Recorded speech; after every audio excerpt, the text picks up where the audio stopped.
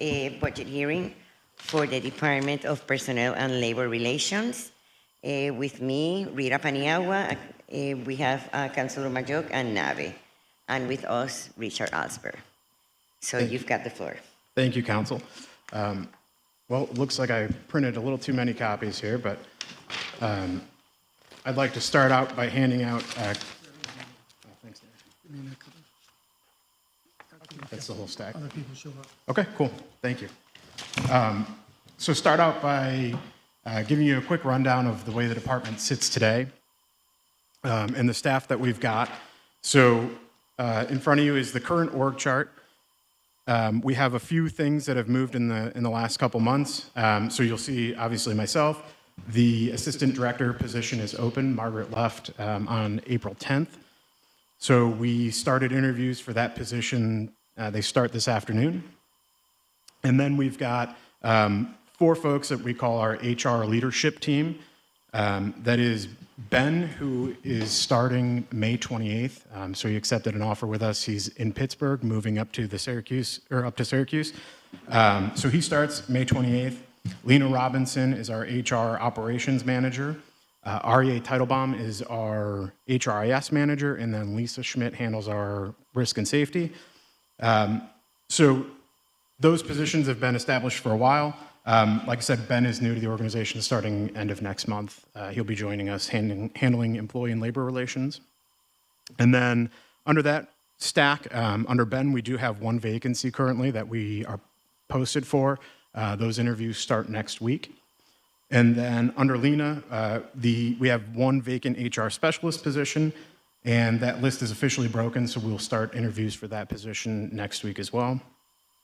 And then to the far right, under Lisa, we have a new member starting on Wednesday, and that is Matt Tripp. So he's joining the team on Wednesday. So that's where we currently stand. And then to give you kind of a 1,000-foot view of what those folks are working on, so I guess it's probably easiest to start with Lisa's stack. We've seen a lot of movement there and moving the needle on a lot of things. So Lisa is working on changing the safety culture. We need a safety-first culture, and that's what she's trying to build.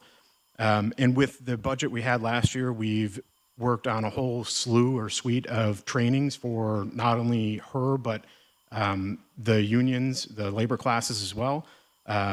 You'll see on Wednesday we have a legislative letter requesting funding for HAZWOPER training, which is hazardous waste operations and emergency response. They do a monthly CPR AED training, a monthly defensive driving training, and a monthly stop the bleed training. That's something they do all in-house.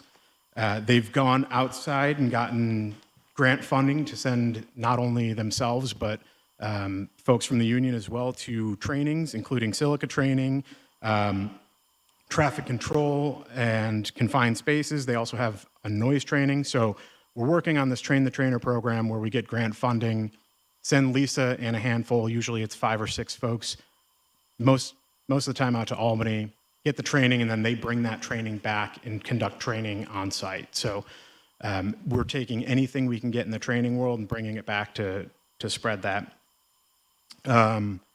And we've also launched the safety handbook, and she's currently working on emergency action plans with fire wardens, which is something the city hasn't had in quite some time. We used to have fire wardens, but our emergency action plans are definitely lacking. Then I also have a handout I'll share with you, and it kind of goes through these numbers, but with our risk, we've been very heavy-handed on managing our risk in the last 2 years since Lisa started. So we've seen a decreased lost time amount by about 65%. We went from over 2,500 lost days at work down to about 800. So we estimate that currently is about $1.2 million in savings by actually managing our workers' comp. We've also seen injuries decrease by about 29%. In 2023, we had 62 recordable incidences, and in 2024 it dropped down to 44. So what is this data you're talking about? What page is that? Right? it's not. I have a presentation. I'll get you. It has all of that. Okay. So Share are that those with us. numbers here? Yep, those numbers are in the pack. Oh, here, you want the whole stack, don't you? There's a whole presentation. Those are just a couple of highlights. I got it. But the whole presentation is there for you to take a look at. And then her goals, or our goals, I should say, for this budget year is to continue that safety-first culture, to take a hard look at slips, trips, and falls, which is our current #1 trending issue in the city. And it's costing us about $1.4 million a year, and it's about 23% of our claims currently. So that's the next focus for essentially not even next budget year, but starting in the spring here. With our labor team, they're working on mostly contract negotiations right now. We've got 5 CBAs that are up for renegotiation. And they also handle, well, it's currently me, while we're waiting for Ben. What contract are those, Rick? Up for negotiation this year is CSEA, 400, 1773, middle managers and trades. And these are yearly, or how many years?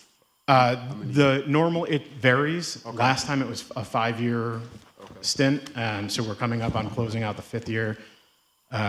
So it's up for negotiation. It could be a 3-year, could be 5-year, depends on.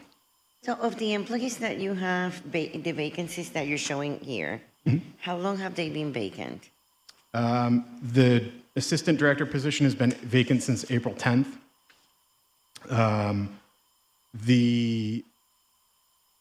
Like for this year?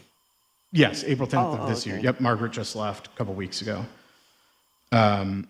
The HR generalist on the left side, that was something that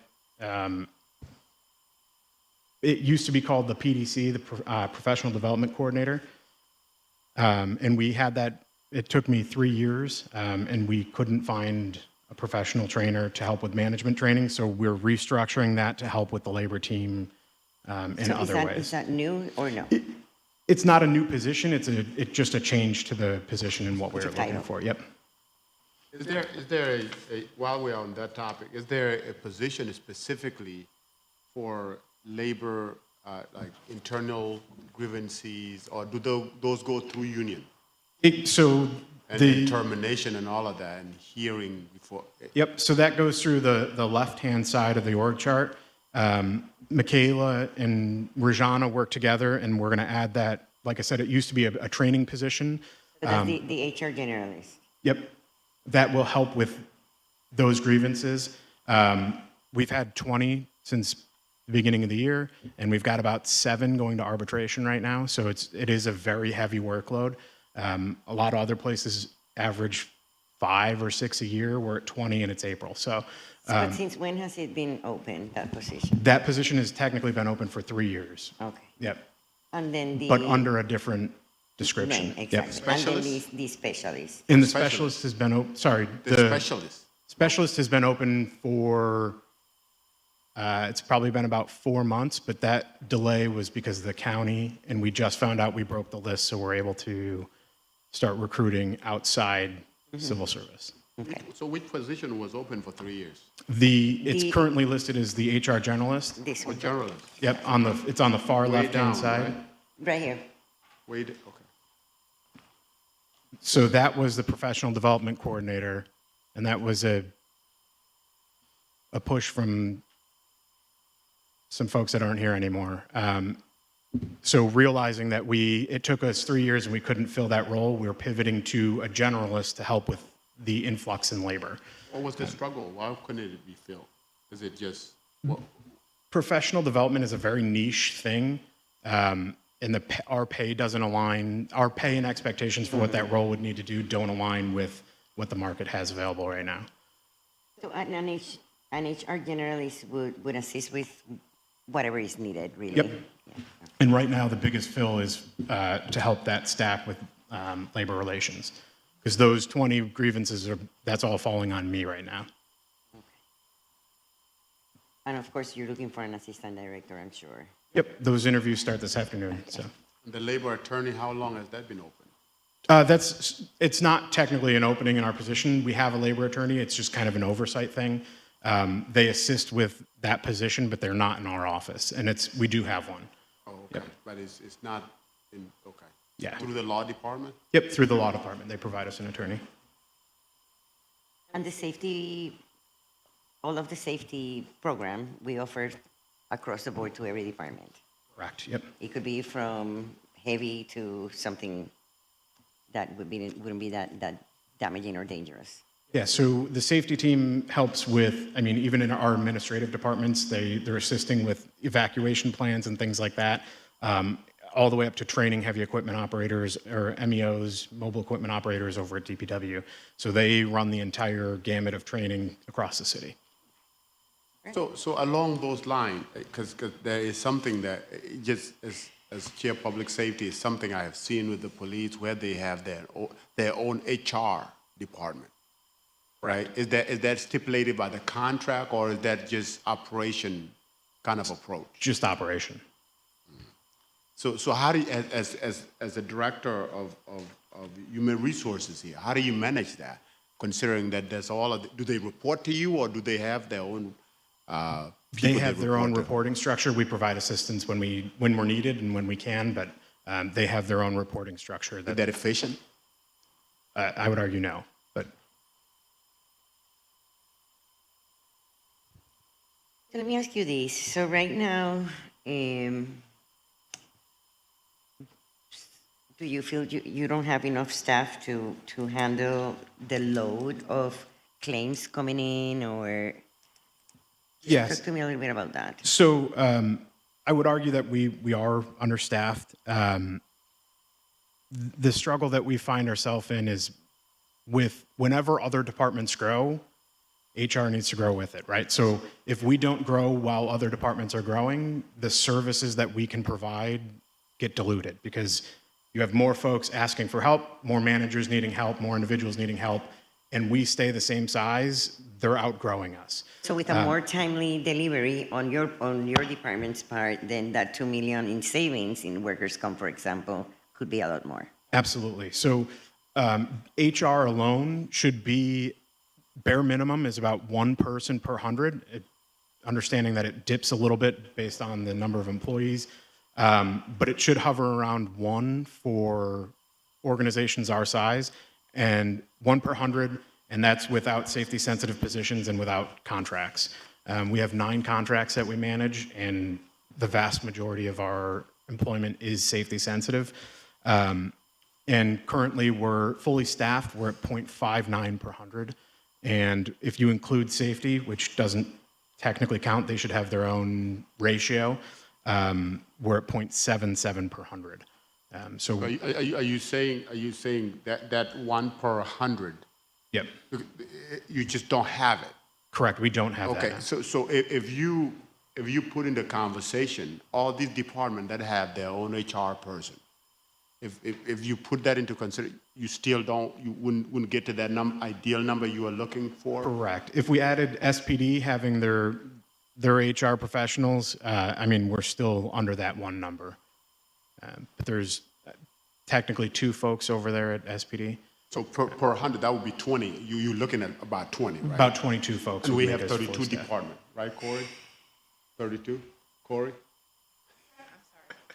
32 Yeah, departments. we do have 32 departments. Yep. And each department has their own HR person. No, they don't. They don't. Only SPD. SPD. Yep. Okay, and everybody else. So DPW doesn't have any No. of their own. All funnels. Okay, it's just you. Okay. All right. Okay. I'm sorry, we jumped into. No, that's right. That's what it said. Yeah. Happy to answer questions. So yeah, it's a little tight with HR, and like I said, with the not being fully staffed at the moment, that's an even harder swing to meet the needs of the departments. But we do our best. We're keeping our heads above water, and prime example, recruiting. Having one recruiter manage 95 postings is since the beginning of the year is a tremendous amount of work. She's keeping up with it, which is impressive, but it's not a reasonable amount of work. Do you have a lot of turnover staff, or because you keep yourself fully staffed, with the exception of these two positions. Yes. So do they stay with us, or are they always new people that need to get trained and retrained and, you know? We had a significant turnover when I first started, and I don't know, I would attribute that to the change in leadership. We essentially turned over the office one time, 100%. But the folks that are on this list for the most part have been here, they're all encroaching a year and change or more with us, so. Do you have any? Overall, and I know that you just said that your department is pretty stable, right? Pretty stable? Yes. Except that they need a little bit more staff. They need a little more staff, but what they have currently, you basically have what you need in the position. The capacity is what you like to expand because, right? Yes. You would like to expand the capacity, but in terms of what was already there, you're pretty much stable. Right. Yes, Okay. absolutely. Okay. Yep. And the only addition we have for the budget is an admin to help me with, I mean, you guys see the bills I push through. We have an $80 million medical program. Those all those bills come in for medical, dental, vision, retiree, all of that billing comes through, plus legislative letters, things like that. So that's the addition of the one position we were putting forward as the admin assistant to help with all of that. Do we have third-party subcontracted folks? Let me see. That help with the medical insurance and. Yes, we work with BPAS. It's no cost to us. Right, BPAS. yes. That's Dan and Monica and Mackenzie. Yeah, I remember that. They're no cost to us. And then we do have HR Works helps us with FMLA currently. We implemented that in January. So they handle all of our renewals and all of our incoming FMLA requests. They handle that right now. You have two safety officers, and you have one that's an instructor. Correct. So do they go out periodically and observe all the city employees, what they're doing right? You make observations and try to make corrections? Maybe when they're like today, a DPW truck picking up trash, you see if they're doing the old-fashioned way, picking up the trash. Were they securely hanging on to the rear of the vehicles? You know what I'm saying? You make unannounced inspections of their Absolutely. work? We audit. They're constantly in the audit, out auditing in the field. They work in obscene hours. Like some of our folks are coming in at 3 a.m.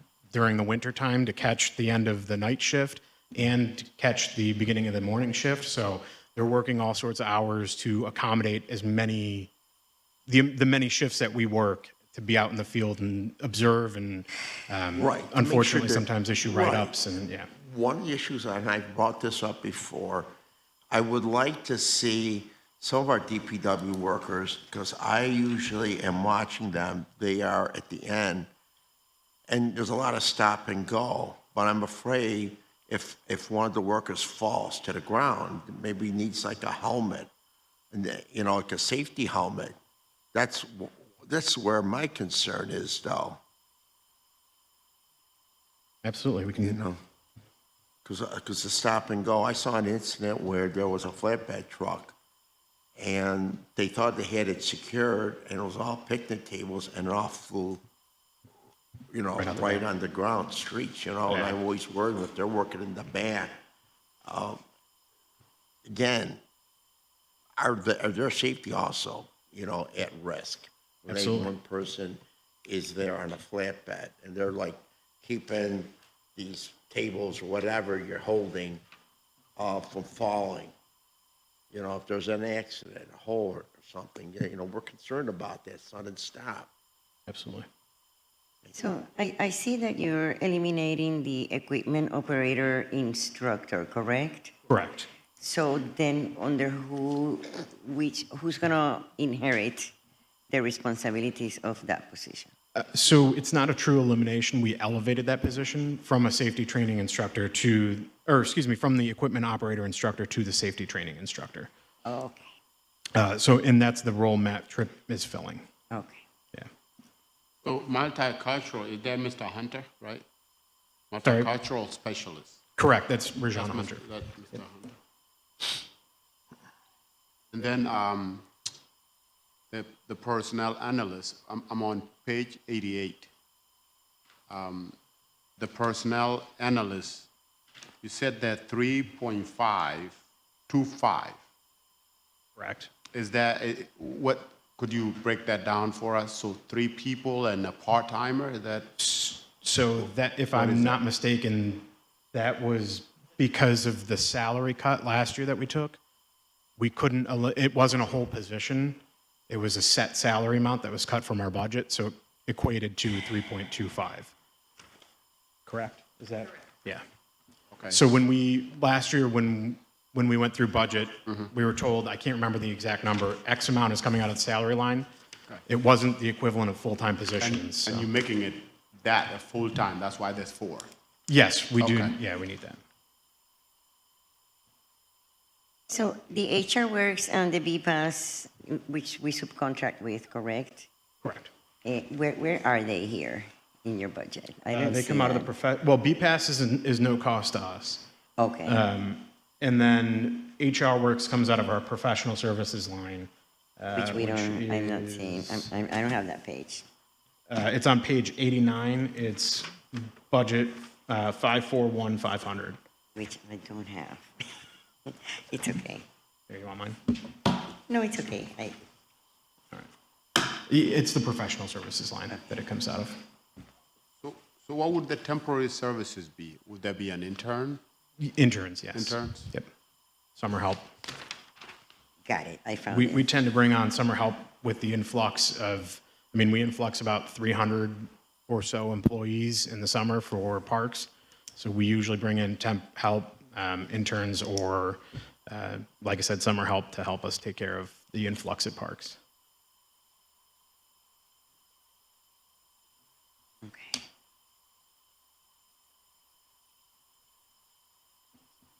So with just overall question, do we know what is the attrition rate citywide? I don't know. How would we know that?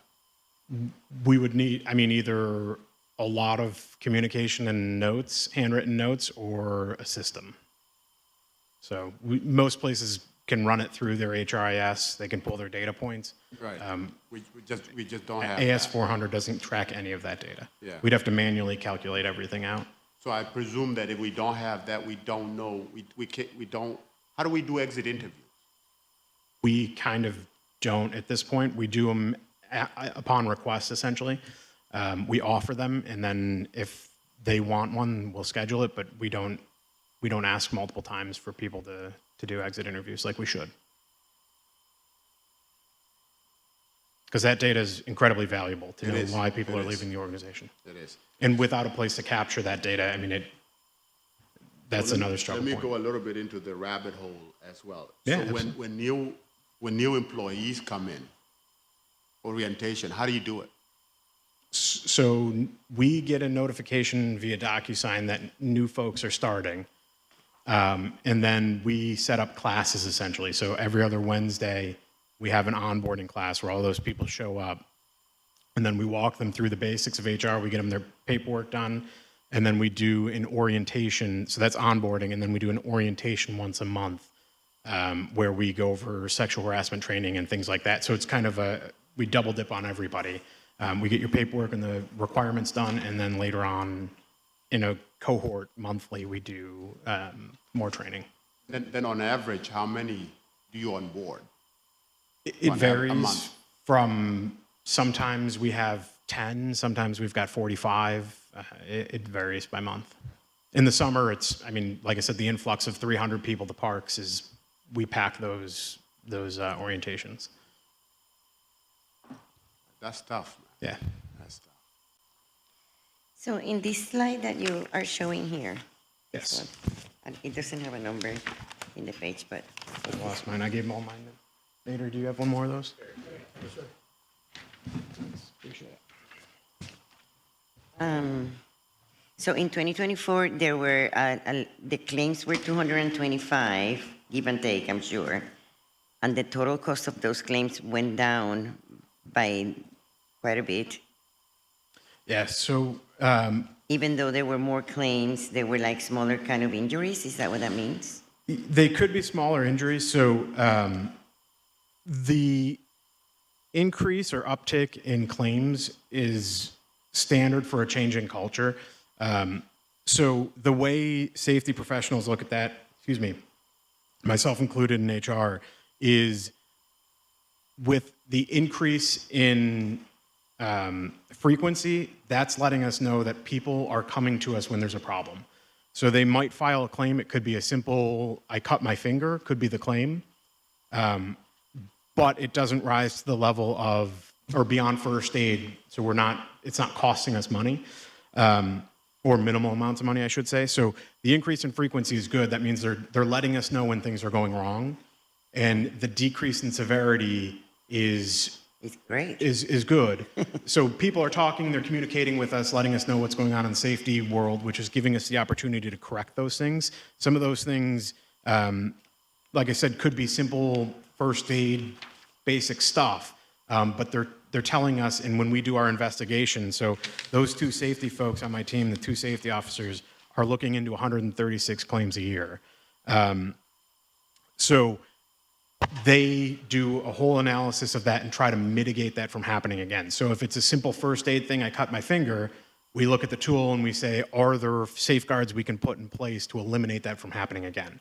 So just because it's a claim doesn't mean it's a bad thing. It could be something, well, I mean, any claim is a bad claim. We don't want anybody to get hurt, but we look at all of that data and see how we can minimize it in the future. So they're talking to us, which is good. That line of communication is open. And then the severity is going down. That's because of education, because of all the programs that Lisa and her team are working on, getting folks trained up and educated about what they're doing. So, I mean, in 5 years, it's gone down by $3 million. Correct. Or a little bit more, but yeah, I mean, give and take. So this is one of the places where you impact our budget mostly. Yes. Yep. So that, I mean, ideally that number should be zero. Our goal is to keep everybody healthy and safe at work. But understanding that zero is, I don't want to say a pipe dream because it could be done, but you know, that's a drastic swing, which is a great thing. Okay. So, And like I said, of talk the about the remaining future. issues, oops, sorry, I was just going to say of the remaining issues, slips, trips, and falls are the next tackle for us. So that's 23% of our claims right now, which slips, trips, and falls should be one of the easier tackles. What would the professional services be for you? Professional services at the moment, the only thing we've got budgeted is HR Works to help us with FMLA. HR Works? Yep. They're the ones that helped us with our comp study and a few other things.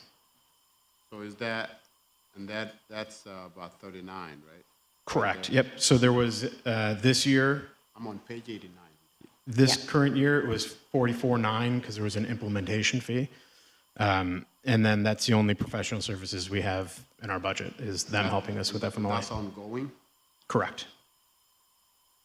do you need to subcontract with investigators for claims? So the company that we use for workers' comp handles our investigations for workers' comp. For employee investigations, we do work with Bonchenik and King, but I believe that's all through the law department. Correct? Okay.